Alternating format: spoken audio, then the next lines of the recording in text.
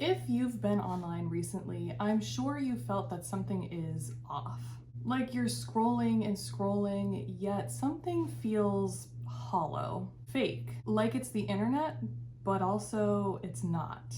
A place that once used to feel like people could come together to connect now feels dead.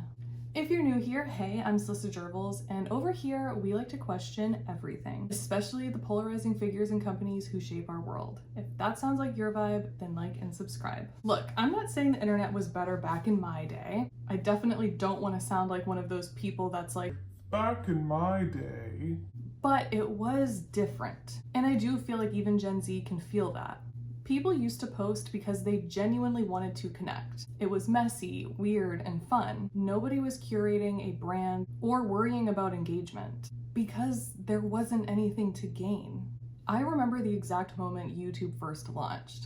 I was sitting on my living room floor at my mom's house, and she pulled out her laptop and was like, look, anybody can post a video, anybody.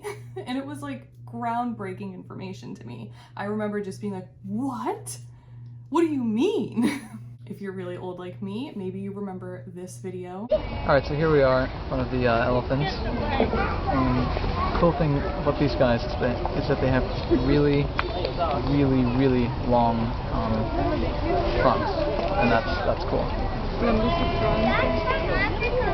And that's pretty much all there is to say. YouTube's very first, we have certainly come a long way. I just remember it being the most wild concept ever. Like anybody could post anything they wanted. We watched the cat videos, people uploading their pets, teenagers posting themselves being cringe. I was one of them. Yes, there's proof. No, I'm not going to tell you the channel, but here's this for your enjoyment. Hey, this is Allie. I'm talking about animal abuse today, and I think it's totally wrong what people do to animals. That was uploaded 17 years ago. Oh my god.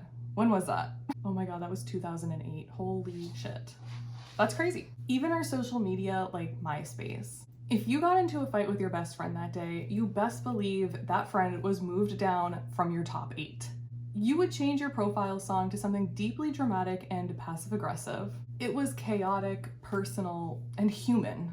Now it feels like everybody is trying to get something from you, whether it's your attention, your money, and even your emotions. And it's not just influencers, it's the algorithm. You can scroll for 3 minutes and go through every single emotion known to mankind. Grief, joy, rage, existential dread, a thirst trap, and a dog with a pancake on his head. It's exhausting. And somehow it feels fake, vacant.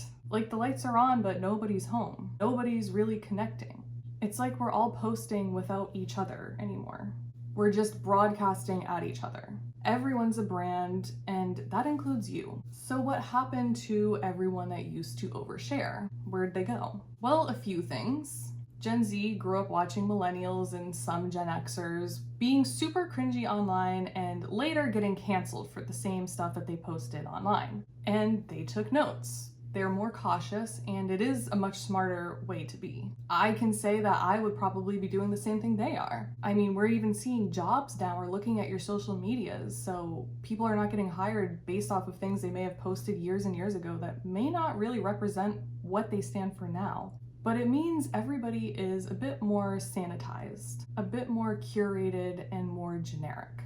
And content creators, they're burnt out. Even the ones who love doing what they do. Because now, if you're not posting constantly, you disappear. The algorithm forgets you. Your audience forgets you. So creators are forced to keep performing even when they're out of ideas or deeply depressed. And you can definitely feel that. The pressure leaks through the screen. Have you ever been watching a really heartfelt video, or what you thought was a heartfelt video, where someone opens up about something deeply traumatic, and then suddenly they're trying to sell you a mattress? It's jarring, and honestly, it's made us stop trusting each other online. I get it though. This is how our free content stays free. That's how creators make money. And I'm not knocking them for that. It's a necessary evil. But it also plays into why everything feels so hollow. And now with AI getting more advanced, AI is learning from other AI. And I do wonder what happens when the internet is just a bunch of robots talking to robots. Will we even notice? That's a little side tangent, and that's a whole other video for a whole other day. So is the internet actually dead? Maybe not, but it is most definitely different. And it does feel lonelier. We are spending more and more of our time on our devices, yet feeling more and more disconnected and lonely. It's scary, but I don't think that that's where the story ends. Because I do think people are starting to crave more personal connections, more realness, more weirdness, more heart. And no, I don't think we will ever go back to the lawless chaos that was the internet 20 years ago. Nor do I think we should. But I do think something else is coming. Something more human. So what do we do in the meantime? Honestly, I say stay offline as much as you can. When I think back to what made the early days of the internet so great, is that we weren't always on. When you were out in the world, you were out. No notifications and no checking in. You physically had to log on to your family computer in like your living room or something. You were lucky enough if you had a computer in your own room. Now it's with us everywhere we go. You're pumping gas, you're online. You're at a theme park, you're online. I can't tell you how many times I've been out to dinner and I just see whole families just on their phone.